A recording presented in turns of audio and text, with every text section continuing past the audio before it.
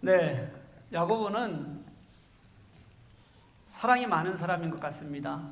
여러분들이 야고보서를 보면 안 그런 것 같지만 분명히 그래요. 야고보의 사람에 대한 사랑을 저는 오늘 말씀에서도 예수님을 닮은 듯한 사랑인 것처럼 그렇게 제게는 보여졌어요. 야고보가 이제 편지를 마무리하는 5장으로 접어들었잖아요. 이제 곧 야고보서가 끝이 나요. 1년 반 했나요? 이제 마무리가 될 거예요. 오늘 읽은 편지의 마무리 부분인 5장 하고요, 그리고 오래전 우리가 처음 시작하면서 읽었던 1장 맨 앞부분하고 여러분 집에 가서 한번 읽어보면 데칼코마니처럼 이렇게 둘이 동일한 이야기를 하고 있다는 것을 알게 돼요. 왜 처음 시작하는 말씀과 마무리하는 말씀이 같을까? 정말 중요한 이 얘기를 하고 싶어서 말을 꺼냈고 또 이걸 정리하면서 말을 해야 되겠다는 생각이 이에게 있는 거죠. 그래서 시작과 끝이 같은 겁니다. 1장 말씀에서는 처음 앞부분 인사말 다음에 이렇게 얘기했어요. 시험을 기쁘게 여기라. 시험을 참으며 인내하는 마음이 우리를 온전하게 세울 것이다. 4절까지 그렇게 말씀했어요. 그리고 오늘 5장 말씀에서는 뭐라고 얘기하냐면 똑같이 또 오래 참으라고 얘기하는데, 오래 참으면서 인내하면 하나님께서 주시는 은혜가 있을 거라는 거예요. 그런데 그 이유가 뭐냐면 하나님은 자비하시고 긍휼하신 분이시기 때문이다. 그렇게 말씀하고 계십니다. 여러분, 우리에게 인내가 필요하잖아요. 인내가 하는 이유가, 필요한 이유도 하나님이에요. 그리고 인내를 결국은 해내잖아요. 그럼 인내의 결과도 하나님이시라는 거예요. 그 말씀을 야고보는 1장부터 오늘 5장까지 마지막까지 하고 싶었던 말이라는 거예요. 그 중간에 우리가 야고보로부터 우리들에게 주시는 말씀을 많이 들었어요. 고난을 이렇게 정말 주님의 소망을 가지고 인내하며 이기기 위해서는 공동체 안에서 우리가 서로 사랑해야 된다. 우리가 서로 차별하지 말아야 된다. 그리고 우리 안에 정말 약한 자들을 돕고 섬기는 마음으로 우리가 살아야 된다. 이렇게 예언자적 목소리로 우리들에게 가르쳤는데요, 그것도 마찬가지로 우리가 그렇게 할 수 있는 이유도 주님이 우리의 소망 되시고 그 주님이 우리와 함께 하셔서 포기하지 말라고 그렇게 가르치시고, 그래서 오늘 우리에게 이 마지막 모든 순간에 주님을 소망하는 것이 가장 좋다고 다시 가르치고 있는 거예요. 여러분, 오늘은 이 가르침 어떻게 인내할 것인가 이 얘기를 좀 같이 한번 해보고 싶어요. 무엇을 우리가 어떻게 참을 수 있을까요? 언제까지 참을까요? 오늘 말씀 첫 번에는 뭐라고 얘기하냐면 주께서 강림하시기까지 참아라 이렇게 말씀하세요. 이 말은 여러분 강림하시기까지니까 강림의 때 시간을 말하는 것 같지만 그 속을 좀 들여다보면 우리가 정말 믿음을 가지고 그 믿음으로 주의 강림을 기다리고 있는지, 하나님을 신뢰하고 있는지를 묻는 우리의 믿음을 고백해보자는 말과 사실은 훨씬 더 가까이 있어요. 왜 그런지 한번 볼게요. 여러분, 주의 재림을 기다린다는 게 우리에게 어떤 의미가 있습니까? 우리에게요, 지금.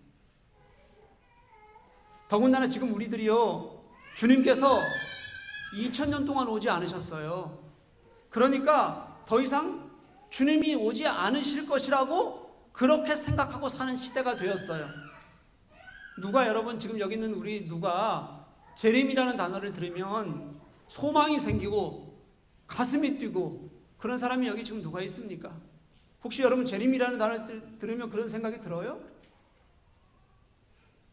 초대교회에서 그렇게 갈망했거든요. 마리나타, 주여 오시옵소서. 그들이 그렇게 갈망했던 그 재림에 대한 갈망이 우리들에게 있기나 하냐는 거죠.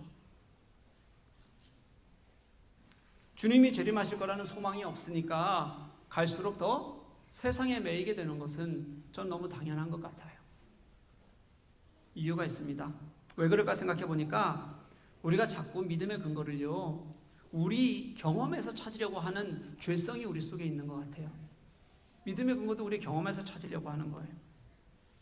저는 이 믿음의 근거와 이유가 초대교회와 우리가 처음에는 좀 다르다고 생각했어요. 그들은 우리와 좀 달라 생각했는데 오늘 말씀을 묵상하면서 보니까 우리 속에 있는 그것조차도 우리 속에서 찾으려는 이 죄성이 우리가 똑같구나라는 것을 저는 발견하게 됐어요.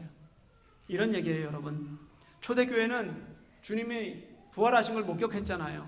그리고 주님의 승천하신 것을 그들은 직접 보았잖아요. 그리고 다시 오시겠다라는 승천하실 때 그 음성을 들었던 사람들이에요. 게다가 계속해서 박해가 커지고 고난이 길어지니까 그 상황에서 그들이 정말 매달릴 수 있었던 것은 주님 다시 오셔야 돼, 다시 오실 것이라고 말씀하시고 약속하셨던 그 재림신앙이 그들에게 너무 소중했고 그거 외에는 다른 방법이 그들에게는 없었어요.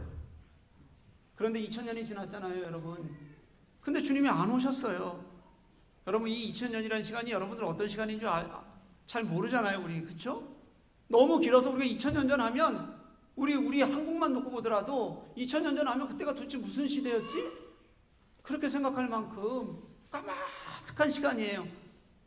그 시간 동안 주님이 안 오셨으니까 우리는 이제 내 생애에는 주님이 안 오실 것이라고 체득된 경험을 가지고 살아가는 거예요. 주님이 오실 리가 없어. 근데 이게 내 생애에 안 오신다는 말씀인지 진짜 아예 안 온다는 말씀인지 말씀 속에서도 우리가 확신하지 않고 믿지 못하고 살아가는 거예요. 제가 여기까지 묵상을 하다가 가슴이 철렁했어요. 우리가 생각하는 예수님이 그 재림에 대한 생각이 철저히 우리는 나 중심의 경험과 상황에 근거해서 말하고 있더라는 거예요. 우리가 말하는 주님이 오지 않을 것이라고 생각하는 이것이 사실은 제자들이 갖고 있던 생각과 동일했어요. 제자들도 여러분 예수님의 부활을 보기 전까지는 예수님이 하나님이시라고 여기지 않았어요. 자신들이 경험하지 못하니까 그들은 예수님을 하나님으로 믿지 못했던 거예요. 그런데 우리는 그 하나님을 믿잖아요. 하나님으로. 우리는 2000년 전에 그분을 보지 못했는데 어떻게 믿을까?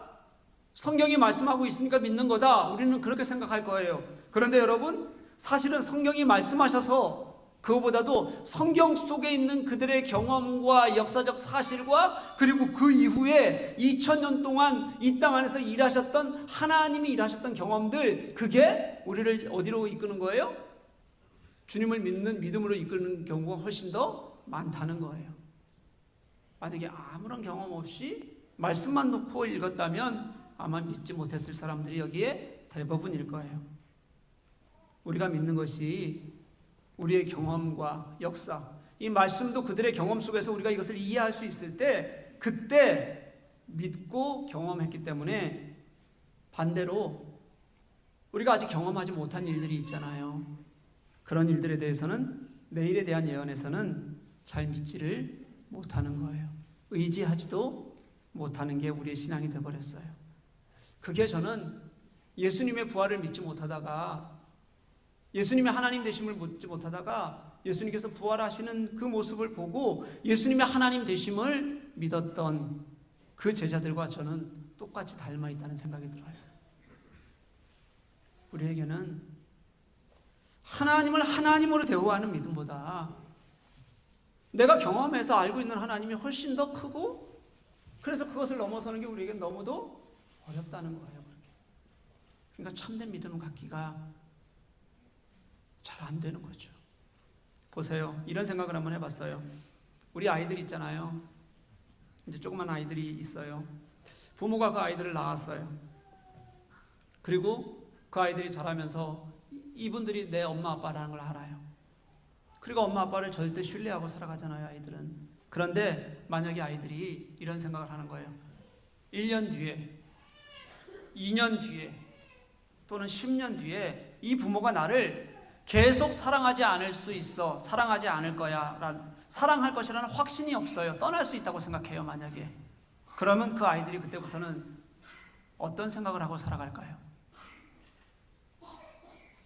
그때부터는 얼마나 어려움이 있겠어요. 만약에 그 당시가 아무리 행복하고 좋고 잘해줘도 내일 1년 뒤에 어떻게 될지 모르는 엄마가 나를 버릴 수도 있다는 생각을 갖고 살아간다면 한순간도 아마 평안함을 가지고 살기가 어려울 겁니다. 두려움이 당연히 생길 거예요. 그 부모와 함께 있는 시간이 아무리 편하고 좋은 것 같아도 행복할 리가 없을 겁니다. 그들이 어려움이 생기면 내가 이것을 무엇으로 이길 수 있다고 생각하고 살겠어요? 그들 속에 이미 엄마 아빠가 나를 떠날 수 있다는 두려움이 만약에 생기기 시작하면요. 부모에 대한 믿음이 있으니까 괜찮은 거예요. 부모가 나를 낳은 것도 알고 사랑하는 것도 알고 무언가 원하면 들어주는 것도 알고 때로는 아이들이 이제 커가면 이제 청소년기가 되면 감정이 서로 상하기도 하고 어떤 순간에는 서로 막 싸우기도 하지만 그래도 마지막 순간까지 우리가 서로 사랑할 것이다라는, 저가 나의 부모라는 것을 아니까 조금 삐딱하게 나가기도 하고 그러다가도 다시 돌아오기도 하고 그러는 거죠. 그 믿음이 없으면 그 가정은 한순간도 평안하거나 행복할 수가 없는 거예요. 제가 우리의 신앙이 혹시 이런 게 아닌가라는 생각이 들었어요. 우리의 신앙이 이렇게 허약한 이유가 혹시 반쪽 믿음, 내가 지금까지 경험한 믿음만 가지고 있기 때문은 아닌가? 그러니 말씀 속에서 아무리 주의 강림이 있다, 그때까지 오래 참으라 이렇게 말하면 그 오래라는 말을 이미 2000년 동안 안 오셨으니 이제 언제 오실지 모른다는 뜻으로 그렇게만 받아들이고, 때로는 그것이 우리의 신앙 속에서는 이미 이제 안 오시는 것처럼 여겨져서 우리가 경험하고 있는 것들이 더 중요하니까 그 세상의 경험 속에서 매여서 벗어나지 못하는 것을, 그걸 신앙인 것처럼 살아가는 게 그게 우리의 모습이 되어버렸다는 거예요. 여러분, 주님이 다시 오래 기다리라고 말씀하시는 건요, 언제 오실지 모른다는 뜻이기도 하지만 우리가 신앙의 기준으로 보면 그럼에도 불구하고 분명히 오실 것이라는 약속이라는 것을 분명히 알아야 돼요. 우리가 그것을 믿는 것은 하나님을 신뢰하기 때문이고 하나님이 나의 하나님이시라는 것을 알기 때문에 우리는 그 약속을 신뢰하면서 따라가는 겁니다. 주님의 약속을 믿는 것, 그게 신앙이에요, 여러분. 내가 지금 나의 위로를 위해서 살아가는 게 신앙이 아니라 주님을 확신하고 약속을 믿는 게 그게 신앙이에요. 다른 이유는 없어요. 주님이 나의 하나님이시고 주님이 약속하셨으니까 내가 그 하나님의 말씀을 믿습니다. 이게 우리가 성경을 대하고 주님이 다시 오시겠다고 약속하신 하나님의 마음을 믿는 우리의 모습이어야 된다는 거예요. 그러면 이 주님의 강림을 어떻게 기다려야 될까요? 오늘 예를 들어서 하나 알려주시는데 뭐라고 알려주냐면, 농부가 이른 비와 늦은 비를 기다리듯이 그렇게 참으며 기다리라고 해요. 여러분, 우리가 잘 알다시피 이스라엘은 강수량이 굉장히 적은 나라예요. 강수량이 굉장히 적다 보니까 비가 없어서 농사 짓기가 어려워요. 우기가 11월부터 3월까지가 우기라고 얘기하거든요. 이 11월부터 3월까지가 우기인데 요거 갖고는 절대 농사를 지을 수가 없어요. 그래서 이 우기 전인 10월 달에 하나님께서 그들에게 더 비를 내려 주어야 돼요. 그래서 그 하나님께서 비를 내려주기를 간구하고 구하는데 이 비를 무슨 비라고 불렀냐면 이른 비라고 불렀어요. 우기 전에 오기 때문에 이른 비라고 부르는 거예요. 우기가 끝나고도 비가 무조건 모자라요. 택도 없어요. 그래서 4월과 5월에 우기가 끝나고 나서도 하나님께서 비를 더 주셔야 돼서 그것을 그들은 간구했어요. 그래서 이것을 우기 후에 오는 비라고 해서 늦은 비라고 불렀어요. 이 비가 없이는 이 가나안 땅은 농사를 제대로 지을 수가 없어요. 그러니까 그들은 간절히 소망하면서 하나님의 은혜를 구하는 것, 그것밖에는, 그래야만 그들에게는 뭐가 있는 거예요? 풍성한 열매가 있는 거예요. 왜 구약에서 계속해서 하나님이 너희들에게 축복하신다라고 말하면 올리브 나무에 수확이 많고 포도나무에 수확이 많을 것이다 이렇게 가르치는 거냐면요, 그게 하나님이 비를 주셔야지만 가능해서 하나님의 축복 없이는 불가능하기 때문에 모든 축복을 그들에게는 그런 농사의 축복으로 여겼던 거예요. 제가 어려서부터 농사를 도왔거든요. 네, 도왔어요. 저는 할아버지께서 논 세마지기 소작을 얻어서 농사를 하셨어요. 뭐 밭도 조금 있었지만 그게 우리의 가장 중요한 농사였어요. 한국에는 가뭄도 간혹 있지만 가뭄 때문에 농사가 잘 안 되는 경우는 그렇게 흔하지는 않아요. 한국에서 가장 무서운 건 뭐냐면 태풍이에요. 태풍이 오는데, 태풍이 오면 정말 밤새 뜬 눈으로 새는 일들이 너무 많아요. 그러다가 태풍이 그치면 한밤중에도 나가고 낮에도 나가고 중간중간에도 이렇게 나가서 도대체 어떤 일이 벌어지는가를 노심초사하면서 봐야 돼요. 그러다가 이제 벼들이 쓰러지잖아요. 태풍이면 오면 무조건 쓰러져요. 그러면 그 벼들을 이렇게 세 방향에서 묶어서 넘어지지 않도록 세워서 같이 끈으로 묶어서 이렇게 세워 놓아야 돼요. 그렇게 놓지 않으면 다 썩거든요. 어떨 때는 세워서 그렇게 쓸 수 없을 만큼 완전히 망가지는 경우들도 있어요. 그렇게 되면 그 해 농사는 망한 겁니다. 근데 여러분, 크게 농사 짓는 사람들이나 또는 부자는 상대적으로 걱정이 적겠죠. 왜냐하면 이미 가지고 있는 것들이 있으니까요.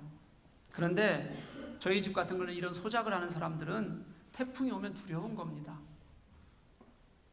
할 게 진짜 기도밖에 없어요.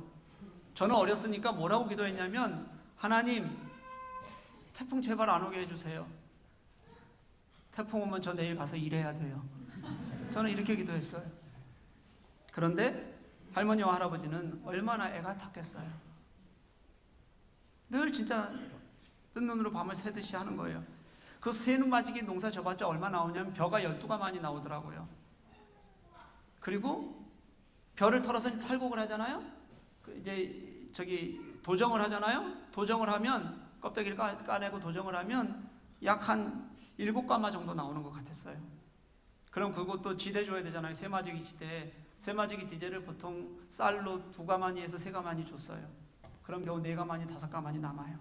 그게 1년 수입 중에서 가장 많은 거였어요. 우리 집 수입이. 그러니까 그게 태풍에 넘어질까 봐 얼마나 간절하겠습니까? 태풍이 한 번 오는 것도 아니고 1년에 몇 번씩 와요. 그럴 때마다 정말 잘 지나갔으면 좋겠다. 잘 지나갔으면 좋겠다. 오늘 여기서 농부가 이른 비와 늦은 비를 기다린다는 건요, 이런 가난한 농부들을 말하는 거예요. 그러니 그들에게는 진짜 하나님께서 우리에게 은혜 주셔서 비를 좀 주셔야 돼요. 이제 수확할 때가 됐는데 이 비가 조금 안 오면 이게 그냥 열매가 성불지 못하고 다 그냥 쭉정이가 돼요. 그러니까 비 좀 더 주셔야 돼요. 이렇게 기도하지 않고서는 하나님께 기도하는 것 외엔, 소망하는 것 외엔 그들이 할 수가 없었다는 거예요. 여러분, 왜 인내하고 기다리냐고요? 그분이 하나님이시고요, 그것밖에 할 게 없고요, 내가 그분을 신뢰하기 때문에 그래서 인내하고 기다리는 거예요. 그래서 8절 말씀에서 뭐라고 되풀이하냐면, 길이 참고 마음을 강하게 하라, 주의 강림이 가까우니라, 그렇게 말씀하세요. 주께서 소망이 되시니까 어려움 중에서도 마음이 든든해질 수 있고, 내가 괜찮아, 할 수 있어, 도와주실 거야, 소망을 붙들게 되는 거예요. 누구도 여러분, 눈앞에 닥친 고난이 어렵지 않은 사람은 한 사람도 없을 거예요. 다 흔들릴 겁니다. 그럼에도 불구하고 그 속에서도 주님이 주인 되셔서 내가 이겨내는 거고, 그 주인 되시는 그분이 내 속에서 일하시기 때문에 감사하면서 기다릴 수가 있는 거예요. 여기는 한 가지예요. 주님이 나의 하나님이십니다라고 믿는 믿음 하나입니다. 그게 있을 때 우리는 주님을 소망하고 기다리게 돼요. 사랑하는 여러분, 주님이 나의 하나님이심을 믿으십니까? 그럼 그 주님을 믿고 참고 기다릴 수 있었으면 좋겠어요. 어떤 경우에도 세상이 아니라 주님이 말씀하시면 그게 이루어질 약속이라는 것을 믿고 그 하나님께 먼저 소망을 둘 수 있었으면 좋겠어요. 근데 우리는 얼마나 쉽게 빨리 판단하고 스스로 결정하는지 몰라요. 오래 기다리는 법이 없어요. 우리 삶에 어려움이 조금 닥쳐오잖아요? 그럼 벌써 하나님의 사랑을 먼저 의심하기 시작해요. 또 하나님이 정말 계신가? 존재를 의심하는 경우들도 많아요. 작은 어려움에도 그냥 내가 너무 큰 죄인이어서 그런가 보다 스스로 쉽게 정죄해버리고, 또 어떤 사람은 자기의 잘못 때문에 생기는 어려운 일들도 하나님이 나를 연단시키는 과정이라고 자신을 합리화시키고 자신을 돌아볼 줄 몰라요. 반대도 있어요. 조금만 잘 되면 이게 금방 하나님의 뜻인 것처럼 여겨요. 그래서 막 하나님이 너무 귀하게 인도해 주신다고 막 그래요. 조금만 잘 되면. 근데 그러다가 또 금방 안 될 수 있잖아요. 잘. 그러면 내가 언제 그랬냐는 듯이 실망하고, 내가 하나님 언제 찾았나는 듯이 다 잊고 그냥 힘들어해요. 우리는 주님의 뜻을요, 그저 내 마음대로 해석하고 내 시간에 맞춰서 결정하고 그러는데 너무 익숙해져 버렸어요. 지난주 말씀을 한번 생각해 보십시오. 우리가 2주 동안 1절에서 6절 말씀을 봤는데, 하나님께서 부자들에게 그냥 너 심판하겠다 그렇게 말씀하시는 것이 아니라 목적은 뭐라 그랬어요? 너희들 회개하고 돌아오라고 야고보 선지자를 통해서 부르짖게 하신 거예요. 그러면 회개하고 돌아오라 그러셨으니까 그 주님은 어떻게 하시죠? 기다려 주세요. 근데 여러분, 오래 기다려 주시는데 이때는 1절부터 6절은 악한 사람들, 자기 혼자 먹고 살자고 하는 사람들, 그런 사람들 얘기잖아요. 그런 사람들을 하나님께서 오래 기다려주시면 그런 사람들 때문에 피해를 받는 가난한 사람들, 그것 때문에 고통받는 사람들은 그들의 고통이 어떻게 되는 거예요? 점점 길어지고 연장되는 거잖아요. 그러니까 우리는 원망하죠. 하나님, 왜 악한 자들을 그냥 두십니까? 왜 하나님 저들 그냥 내버려 두세요? 근데 여러분, 그걸 알아야 돼요. 뭐냐면 나도 그 사람들 속에 있었어요. 나도 지금 그 사람들 속에 있을 거예요. 하나님이 내가 지금 이 자리에 앉아서 주님을 예배할 수 있는 것도 하나님이 오래 참으시고 기다려주시는 하나님의 성품 때문에 우리가 이 자리에서 예배할 수 있게 된 것이고요. 그 하나님의 사랑 때문에 우리가 그분을 예배할 수 있기 위해서 이곳에 모이게 된 거예요.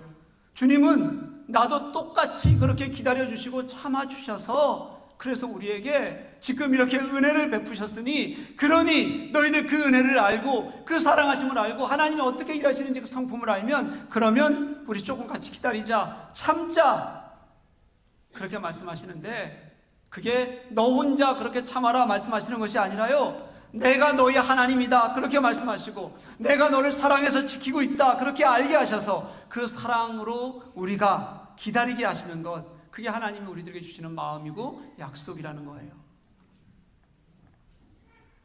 그래서 우리가 어떤 고통 속에서도, 어떤 어려움 속에서도 기다린다는 것은요, 하나님을 신뢰한다는 것을 우리 스스로 증거하는 거예요.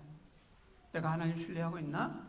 하나님의 말씀 앞에 믿고 신뢰하고 기다리는 것을 통해서 알 수 있게 되는 거예요. 사랑하는 여러분, 그러니까 오래 참는 거하고요, 버티는 건 달라요. 생으로 버티지 마셔요. 주께서 나의 어려움을 보고 계시고 주께서 나와 함께 계신다는 그 믿음이 우리를 오늘 나 괜찮아, 그래서 오늘도 살 수 있는 거야, 그렇게 가르쳐 주시는 거거든요. 제가 기다린다는 뜻을 말씀을 묵상하면서 곰곰이 생각해 봤어요. 생각해 보니까 이 기다린다는 것은 살아있을 때만 한정된 말이더라고요. 생각해 보니까 이 얘기는 무슨 뜻이냐면요, 내가 주님을 참고 우리 삶에 주님을 생각하면서 기다림이 없으면, 이게 무슨 뜻이냐면, 그 소망이 내게 없으면 나는 이미 영적으로 주님에 대한 생각이 죽어 있다는 뜻이에요. 나는 영적으로 주님에 대한 소망이 죽어 있으니 기다리거나 참을 수도 없는 겁니다. 그러니 여러분, 한번 생각해 보세요. 내게 고통이 없었어요, 어려움이 없었어요, 그러면 아마 내가 주님께 소망을 두고 있는지 없는지 알지도 못했을 거예요. 왜냐하면 그저 좋은 것만으로 그냥 나 하나님 찬양해 하면서 내가 누릴 거 다 누리고 살면 되는데, 그 속에 진짜 주님을 향한 사랑이 있었는지 우리는 확인할 길이 없는 거예요. 다시 말하면 저는 이게 신앙의 아이러니인 것 같아요. 어려워요, 힘들어요, 그리고 고통스러울 때가 있어요. 그런데 그때 내가 주님이 나와 함께 하신다는 것을 깨닫고 느끼는 순간부터 내가 주님이 나를 얼마나 더 사랑하시는지를 더 많이 알고 경험하고 그분께 매달리고 나아갈 수 있는 힘을 얻게 되는 거더라고요. 제가 이렇게 길을 가다가 보면 가끔 깜짝깜짝 놀랄 때가 있어요. 바위, 정말 큰 바위들, 그리고 콘크리트 벽들, 그리고 아스팔트 바닥들, 그리고 이 벽인데 돌로 된 담벼락, 이런 것들 사이에서 여러분 풀들이 자라는 거 보셨어요? 때로는 이 산에 가면 큰 바위인데, 바위 그냥 바위예요. 진짜 그 바위에 나무가 뿌리를 내리고 들어가서 나무가 잘 자라 있어요. 별거 아닌 것 같은데 그냥 벽인데 그 벽에 풀이 자라 있는데 거기에 꽃이 펴 있어요. 아마 여러분들도 어디선가 다 보실 거예요. 이게 어떻게 되는 거냐면, 어딘가 조금씩 균열이 생겨요. 작은 균열이 생기기 시작하면 거기에 흙들이 쌓여요. 어디선가 날아왔던 흙들이 쌓여요. 그러면 흙들이 쌓인 곳에 작은 씨앗이라도 하나 떨어지면 그 붉은 황갈깔 같은 곳에 그 척박한 곳에 그 떨어진 씨앗이 뿌리를 내리더라는 거예요. 그리고 거기에 어떤 식으로든 뭔가가 다시 날아와 붙고 조금씩 더 힘을 얻고 물방울이 떨어지고, 그래서 물은 씻기지 않을 만큼 떨어져야겠죠, 처음에는. 그러면서 그것이 자라고 꽃을 피우는 거예요. 제가 그런 걸 볼 때마다 이런 생각이 들어요. 고난도 주님이 함께 하시면 결국 생명으로 이길 수 있게 하시는 게 하나님의 방법이고 하나님의 능력이다. 주님을 신뢰할 때 결국 우리는 생명으로 일어날 수 있고 궁극적으로 승리할 수 있다. 저는 그런 걸 볼 때마다 늘 한순간에 깨달아져요. 그래, 쟤들도 저기서 잘하는데 나의 하나님이 우리의 고난 속에서 나를 건지지 않으실 리가 없다. 믿으십니까? 저는 그런 걸 볼 때마다 경이스러워요. 그래서 9절 말씀을 보니까 서로 원망하지 말래요. 함께 공동체 안에서도 원망하지 마시고요, 가정 안에서도 원망하지 마십시오. 오래 참되 원망하지 말고 오래 참으라고 해요. 여러분, 이 원망은 8절에서 말했던 너희 마음을 강하게 하고 굳게 하라고 하는 것에 반대예요. 마음이 무너지면 그 다음에 원망이 생기기 시작해요. 원망이 커지면요, 그 마지막 타겟은 꼭 누가 되냐면 하나님이 되는 걸 제가 수없이 봤어요. 하나님 도대체 뭐하고 계십니까? 하나님 도대체 왜 이러시는 거예요? 자기 자신은 제대로 보지 못하고 내가 하나님을 신뢰하는지는 돌아보지도 못하면서 늘 하나님을 원망하게 되는 것이 우리들의 모습이더라는 거예요. 작년 여름에 집중호우 때문에 서울 관악구에 신사동에서 여자만 3분이 사시던 가정이 반지하에서 사망한 사건이 있었어요. 다 아시죠? 그때 그 지역, 이 신사동 중심으로 해서 관악구 그 지역에만 수천 가구가 침수가 됐는데 대부분 반지하가 침수가 됐어요. 거기 반지하가 굉장히 많아요. 거기에서 죽은 거예요. 3사람이.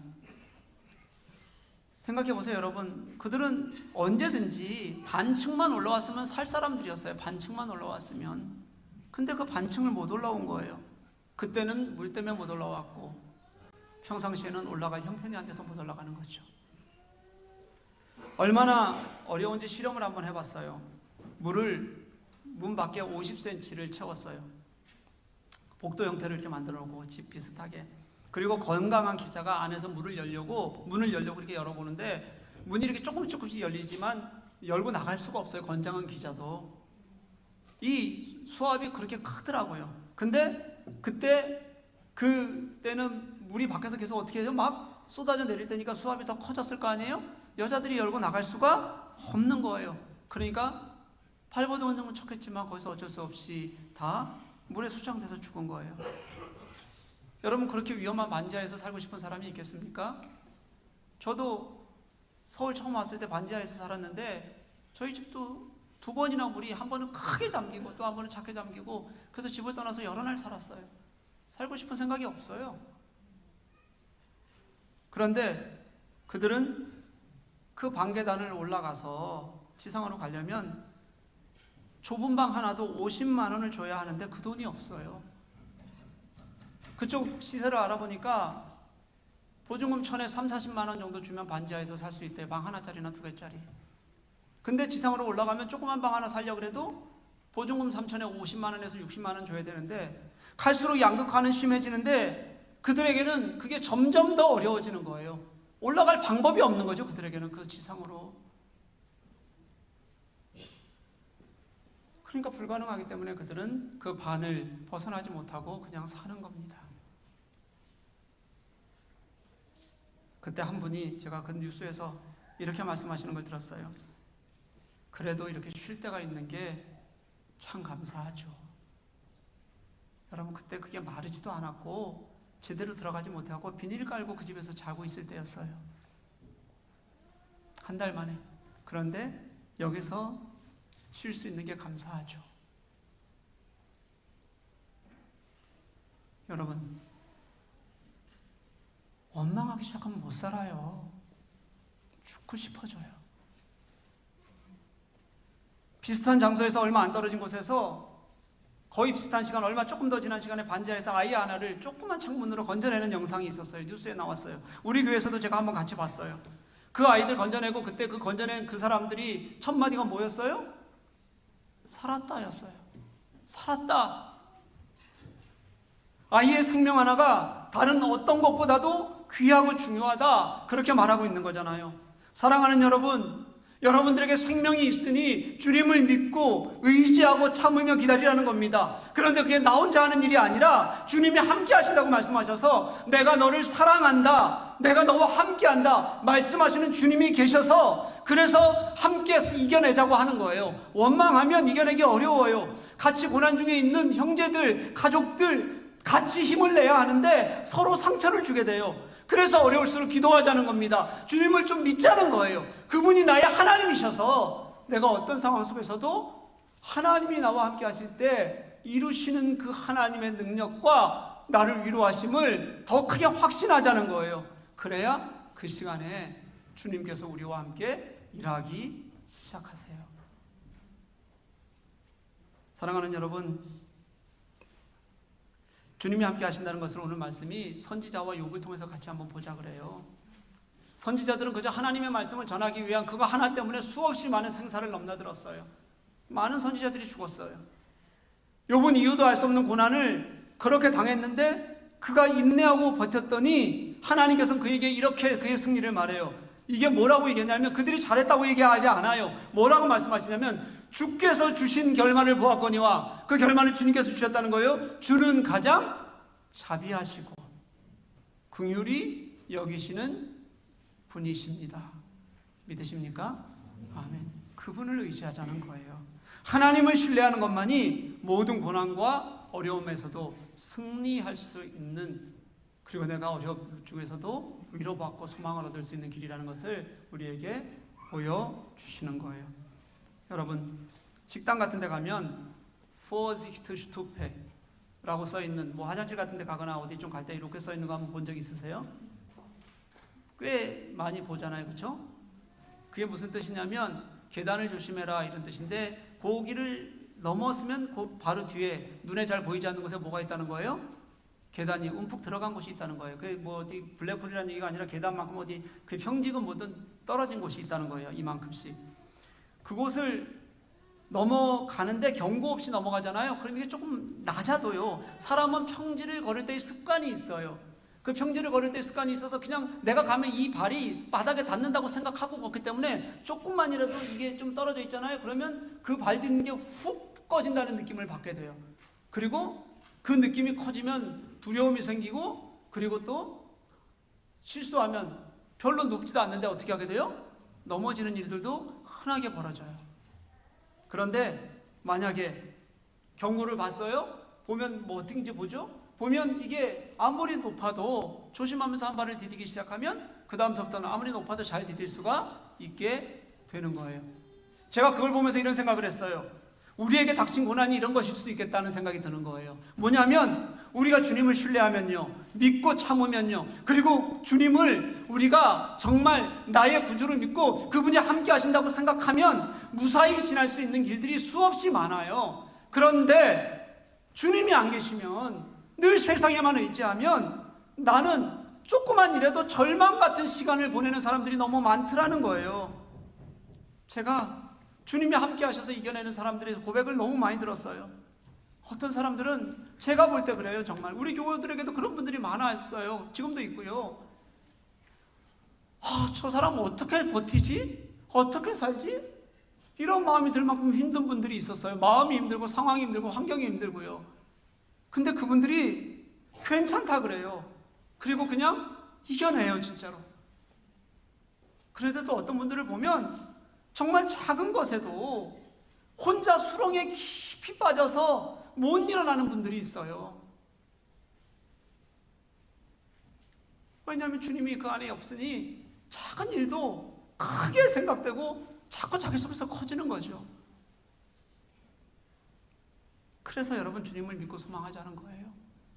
내가 어떤 상황 속에서도 주님이 있으면 디딜 수 있게 되고 일어설 수 있게 되고 조심스럽게 발을, 꺼지는 발이지만 내딜 수 있도록 도우시는 주님이 계시기 때문이에요. 사랑하는 교회 여러분, 오늘 야고보는 여러분들에게 어려우십니까? 그렇게 묻는 거예요. 여러분 지금 살아가는 거 괜찮으세요? 그렇게 묻는 겁니다. 누구나 내가 가지고 있는 어려움이나 아픔이 있어요. 고난이 있습니다. 때로는 정말 죽고 싶을 만큼 힘들 때도 있어요. 한 번쯤은 경험했을 겁니다.